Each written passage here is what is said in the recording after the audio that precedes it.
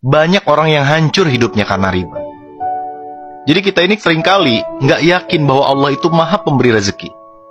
Dan inilah penyebab utama mengapa manusia terlibat dengan riba. Alasannya biasanya sederhana aja. Kalau nggak nyicil, dari mana lagi saya bisa beli rumah? Padahal sudah jelas bahwa riba ini pasti akan menjadi masalah hidup kita. Betapa banyak orang yang hidupnya hancur karena riba. Ya leasing lah, rentenir lah, pinjem bank lah, dan sebagainya. Lucunya, menyelesaikan masalahnya pun sama kembali dengan riba. Akhirnya, masalahnya meluas dan membesar, dan dampak terbesarnya biasanya siapa coba? Keluarga kita. Kan kasihan kan? Keluarga itulah yang akan pertama kali menjadi susah karena dampak riba yang kita lakukan. Nauzubillah min dzalik. Allah itu menguji kita dengan kesulitan, misalnya kesulitan ekonomi, karena Allah ingin melihat respon kita terhadap ujian tersebut. Allah ingin melihat apakah kita akan mengikuti petunjuk yang Allah ridhoi atau mengambil jalan pintas sesuatu yang Allah benci. Coba bayangin, andai saja kita sabar dan hanya bertindak sesuai dengan apa yang Allah ridhoi, yakinlah ujian kita itu akan lulus dan mendapatkan hadiah berupa solusi untuk terurainya masalah hidup kita.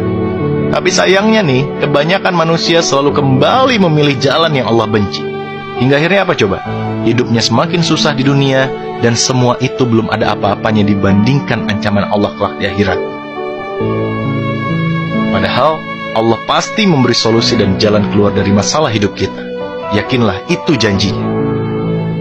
Sungguh sahabatku semuanya, Allah melaknat para pelaku riba beserta saksi-saksinya atau mereka yang memahami dan mengetahui transaksi riba. Hai orang-orang yang beriman, janganlah kamu memakan riba dengan berlipat ganda dan bertakwalah kepada Allah supaya kamu mendapatkan keberuntungan. Hai orang-orang yang beriman, bertakwalah kepada Allah dan tinggalkanlah sisa-sisa dari berbagai jenis riba.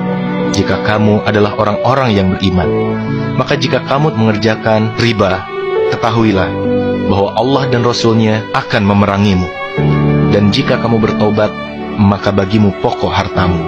Kamu tidak menganiaya dan tidak pula dianiaya. Tuh coba bayangin teman-teman, Allah dan Rasul-Nya akan memerangimu. Ini bayangin nih, kelak besok lusa di akhirat kita melihat Nabi Muhammad SAW, kita ingin memeluk Rasulullah, kita ingin mencium tangannya, kita mencintai dan merindukannya, tapi tiba-tiba Rasulullah mengangkat pedangnya dan berkata, engkaukah yang selama ini menantang berperang dengan Allah dan denganku?